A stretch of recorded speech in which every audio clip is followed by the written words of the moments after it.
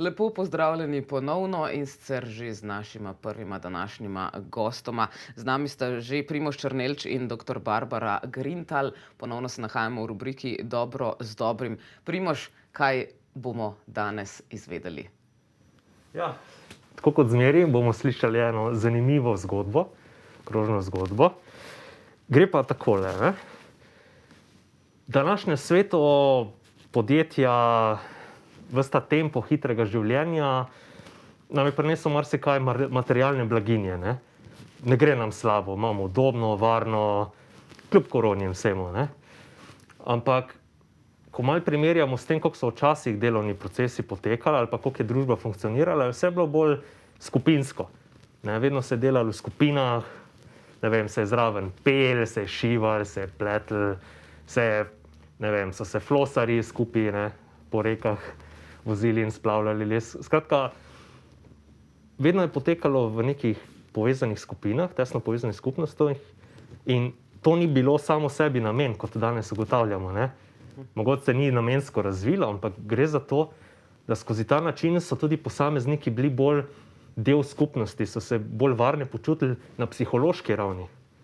Ker recimo danes kot zaposleni se vse meri skozi neke bolj številke, skozi metrike, pač dobivamo plače, računamo tiste dni dopusta, pol si kupimo neke materialne stvari, ampak pri tem pa zanemarjamo socialno varnost.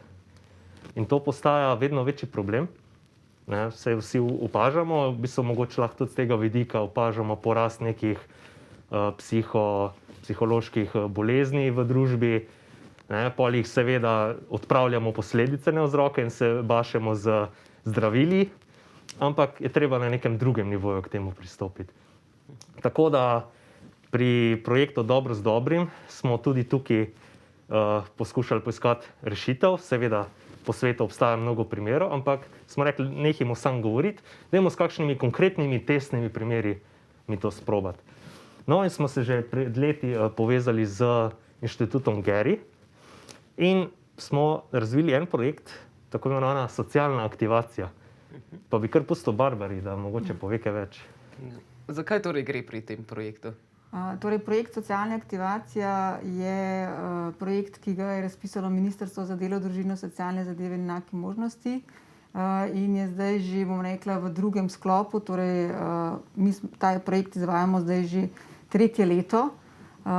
Tukaj financer je torej ministrstvo in skupaj z Evropskim socialnim skladom podpirata oziroma sta dala izvajalcem po celi Sloveniji neko posebno nalogo, da izvajamo ta program socialne aktivacije. Mi smo ga poimenovali Točka sodelovanja. Zdaj v tem času, bom rekla v tem 5. javnem razpisu, tukaj mi sodelujemo oziroma naš partner je tudi IC Geos iz Litije, izobraževalni center Geos iz Litije. Zato smo Točka sodelovanja, tako da ta program socialne aktivacije je po celi Sloveniji. Bom rekla, ne moram reči vsake mesto, ampak mi v Domžalah ga izvajamo za Domžale in Kamnik, Litija ga izvaja za Litijo, tako da v Ljubljani vem, da so tudi 3. In ti programi, bom rekla, so zdaj že kar nekako utečeni, tako da jih imenujemo v sklopu socialna aktivacija, poimenovali smo jih pa različno, no. In namen tega programa je, da pomagamo brezposelnim osebam do, bom rekla, nekih pridobivanja tako socialnih, kot funkcionalnih, kot delovnih kompetenc, zato da potem lažje vstopajo na trg dela. Ta program je, bom rekla, sorazmerno dolg, 7 mesecev traja zdaj v tem 5. javnem razpisu, prej je bil daljši, je bil 11-mesečni program. Tako da mi se zdaj z našimi udeleženci v skupini jih imamo tam, bom rekla, 15 oseb je kar določeno strani ministrstva. V prejšnjem javnem razpisu smo jih imeli nekoliko več, jih je bilo 20. Tako da mi se z njimi srečujemo praktično dnevno, vsak dan po 4 ure oziroma po 6 ur. Tudi zdaj med korono? Ja, tudi zdaj smo bili nekaj časa online, na Zoom, tako da vse nek stik smo ohranjali, tudi pri prejšnji skupini so nam to ustavili, tako da smo se majčkeno morali, bom rekla, prilagoditi situaciji tudi mi, no. Kako pa se na primer vaš program razlikuje od programov Zavoda za zaposlovanje, ki tudi do neke mere skrbi za to, ne sicer tako intenzivno, ampak kakšne so razlike? Zdaj mi zelo tesno sodelujemo tudi z Zavodom Republike Slovenije za zaposlovanje, torej z Uradom za delo, ravno tako tudi tukaj z ministrstvom, se pravi Ministrstvom za delo, kjer sodelujemo oziroma smo zelo tesno povezani z koordinatorji socialne aktivacije. To so, bom rekla, zdaj tiste neke vstopne točke, ki praktično nam te osebe pripeljejo v naš program. Poleg tega je tukaj še zelo tesno, bom rekla, te vstopna točka je tudi Center za socialno delo. Mi ves čas z njimi zelo tesno sodelujemo in potem poskušamo poiskati za vsakega posameznika tisto, kar je zanj najboljše možno oziroma kar mu lahko mi v tem danem trenutku tudi najbolj ponudimo ali pa smo mu pripravljeni pri tem pomagati, da lahko potem bodi si bolj mogoče pridobi neke socialne kompetence, nekaterim pač manjkajo samo mogoče neke delovne izkušnje ali pa samo neko konkretno delovno okolje, kjer spozna, kaj mu leži, kater poklic bi opravljal. Tako da ljudje se v različnih bom rekla, življenjskih obdobjih srečujejo z nekimi razpotji ali pa, bom rekla, z dilemami, kaj početi v življenju v tej svoji karierni poti. Tako da tukaj potem te udeležence z različnimi aktivnostmi, moram reči, raznovrstne stvari izvajajo. Ja, za pridobivanje socialnih kompetenc se povezujemo z lokalnim okoljem, z različnimi nevladnimi organizacijami, tako da na ta način potem sodelujemo tudi z E3 skupnostjo. Ena, bom rekla, skupna točka so bili ti projekt Slamnikov, tako da se počutijo povezane, da konec koncev vidijo, da v tej neki situaciji brezposelnosti niso sami. Da je tam nekdo tudi drug, bom rekla, nekdo, ki ima podobne probleme in da smo tudi tukaj mi, ki jim skušamo pomagati pri tej, bom rekla, njihovi stiski, če lahko tako rečem, ali pa pri nekih težavah ali pa pri problemih, da jih rešujejo. Tako da te aktivnosti so zelo različne. Kot so rekla, povezani smo z Domom upokojencev Domžale, tako da za njih smo recimo izvajali tudi neke vadbe, telesne vadbe, vaje za vadbo spomina s temi stanovalci. Potem vključujemo se v različne take aktivnosti, tudi imajo delavnico osebnostne rasti, tukaj imamo zunanjo strokovnjakinjo. Bom rekla, veliko delamo na komunikaciji, da se potem tudi naučijo oziroma da pridobijo neko, bom rekla, izkušnjo, kako potem pri nekem delodajalcu nastopati, ko pride do nekega zaposlitvenega razgovora. Delamo na teh klasičnih prijavah, življenjepisih, ampak predvsem to, da zelo intenzivno in predvsem fokusno usmerjeno. Kaj je zdaj tisto, kar bi oni želeli in to konec koncev tudi kaj je možno na trgu. Vedno praktično se moramo tudi temu malo prilagoditi, čeprav skušamo predvsem poiskati neke možnosti, v kateri bi se oni dobro počutili. To je tisto, kar potem, bom rekla, kaže dobre rezultate. In zato tudi ta krožna zgodba iz tega razloga oziroma tudi, ko smo z E3 skupnostjo pričeli sodelovati, smo videli, da če gre nekdo v neko okolje, ki mu odgovarja, ki mu leži, da je to tisto, kar mu lahko res največ damo. Pa ste opazili mogoče kaj več zanimanja v zadnjem času? Veliko se je govorilo o brezposelnosti. Je bilo kaj več zanimanja za vaše aktivnosti v tem zadnjem letu? Zdaj, jaz mislim, da s časoma prepoznavajo tudi, bom rekla, širši udeleženci, da konec koncev se širi nek dober glas o socialni aktivaciji. Čeprav smo na začetku razmišljali, je morda to, bom rekla, neko socialna aktivacija, tako nek negativen prizvok, zelo različno okolje sprejema, ampak mi s tem, ko se povezujemo z delodajalci, ko se povezujemo z različnimi lokalnimi organizacijami, nas zdaj že prepoznavajo in vedo, da delamo dobro in da delamo z dobrim namenom. In tudi udeleženci že, bom rekla, osebe, brezposelne, se pozanimajo. Tako da, ja, jaz mislim, da s časoma, ne zdaj, da bi neki hudi navali bili, ampak s časoma se mi pa zdi, da se zadeva izboljšuje. Omenili ste, da so nekateri, ko slišijo socialna aktivacija, da razumejo to kot nekaj slabega. Zakaj pa ponavadi prihaja do tega? Zakaj razumejo to kot slabo? Kaj pa jaz vem, morda čim enkrat slišijo socialno in nekaj z tega zornega kota, morda je to tisto, kar jih zmoti. Jaz mislim, da tukaj praktično je dobro delati na tem, no, na tej prepoznavnosti, da vedo, kaj se v socialni aktivaciji počne. Zdaj konkretno pa ne, pri nas v točki sodelovanja delamo takšne aktivnosti, kot smo jih zapisali v našem programu. Drugi izvajalci morda delajo nekoliko drugače. Nekateri so bolj na teh socialnih kompetencah, drugi morda bolj na delovnih kompetencah dajo poudarek, ampak je pa zelo heterogena skupina vedno in se moramo kar dosti prilagoditi tistim udeležencem, ki jih imamo. Ne. Se pa povezujete tudi z drugimi. Kako je na primer točka sodelovanja povezana s partnerstvom za vključujočo družbo? Se pravi, partnerstvo za vključujočo družbo bi rekli nek koncept, ki deluje v smislu, da ustvarjamo delovna okolja, ki so po meri človeka.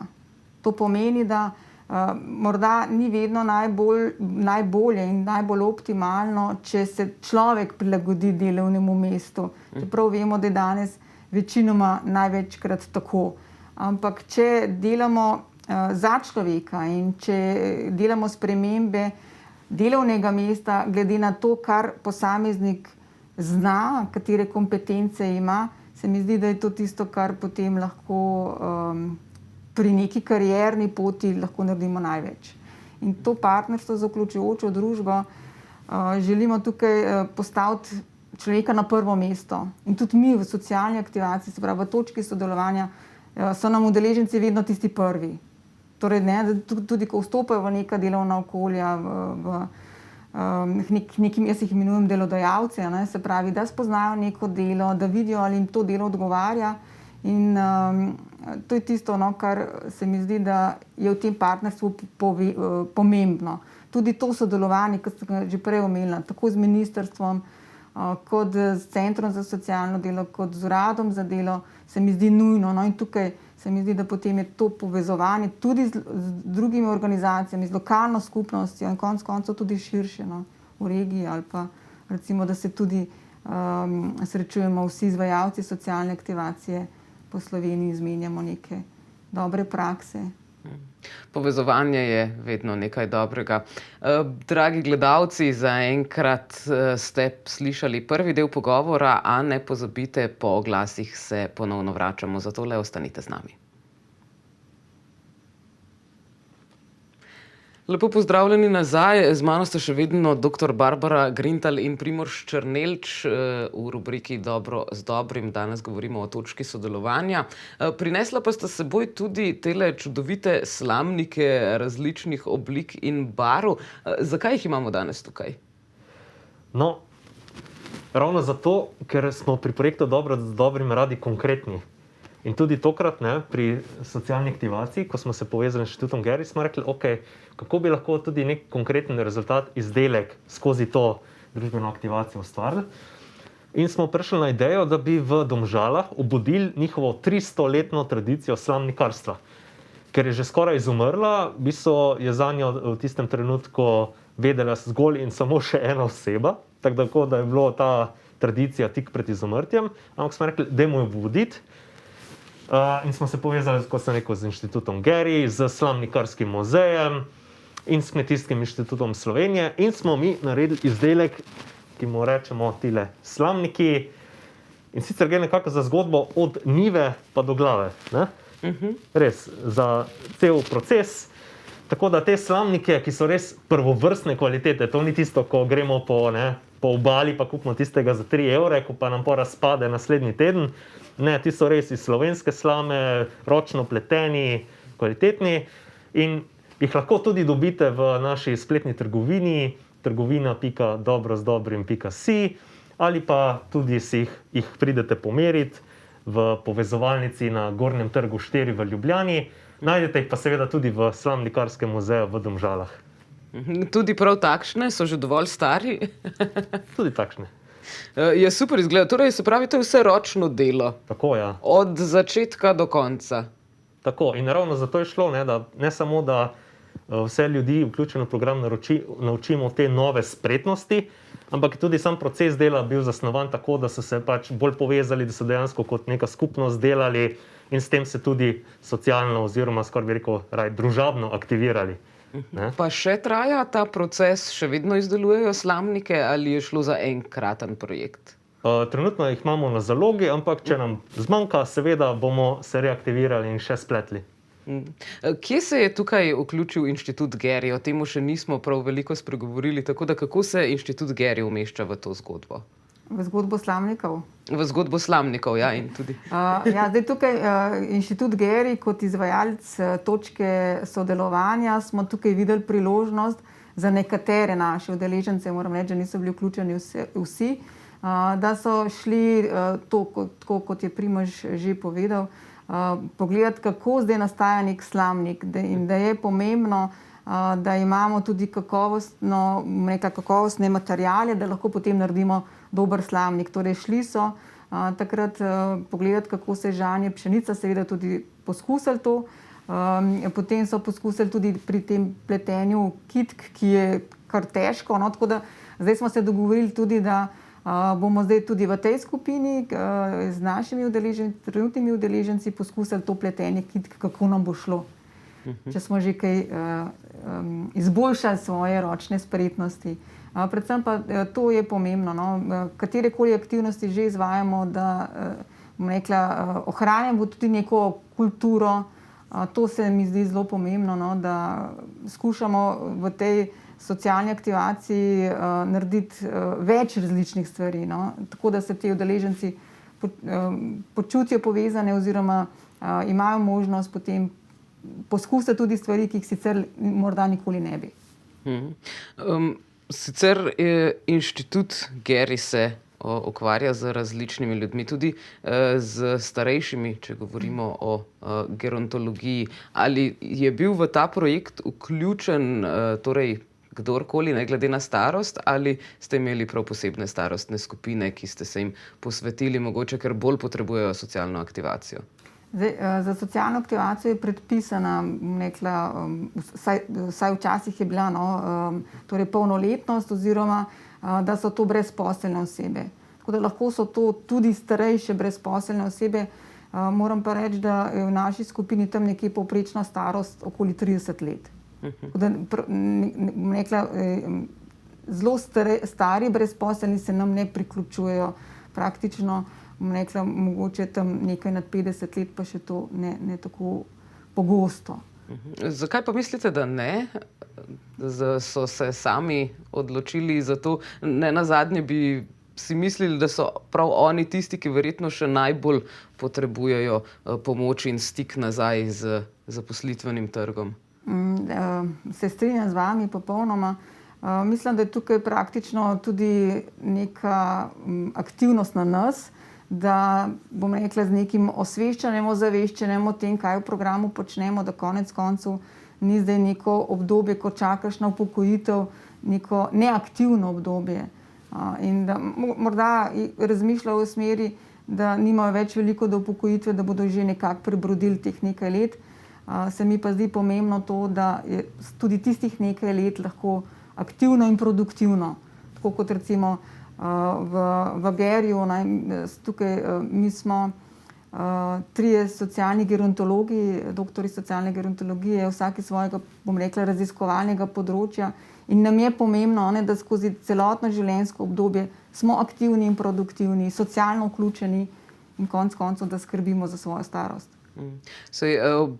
Prej sem gledalcem obljubila, da bomo obrazložili, kaj socialna gerontologija sploh je. Naprimer, na vašem primeru, s katerimi področji se ukvarjate gerontologi na Inštitutu Geri? Torej, mi kot vsi trije, bom rekla, smo poleg tega, da delamo v socialni aktivaciji, veliko raziskujemo, zato se tudi naš inštitut imenuje raziskovalni. Nekako, bom rekla, moje področje je bolj informacijsko-komunikacijska tehnologija, pa uporaba pri teh starejših ljudeh, digitalizacija. Zdaj v zadnjem obdobju nekoliko več tudi z age managementom, torej z upravljanjem starejših zaposlenih in tudi z aktivno starostjo, aktivnim staranjem.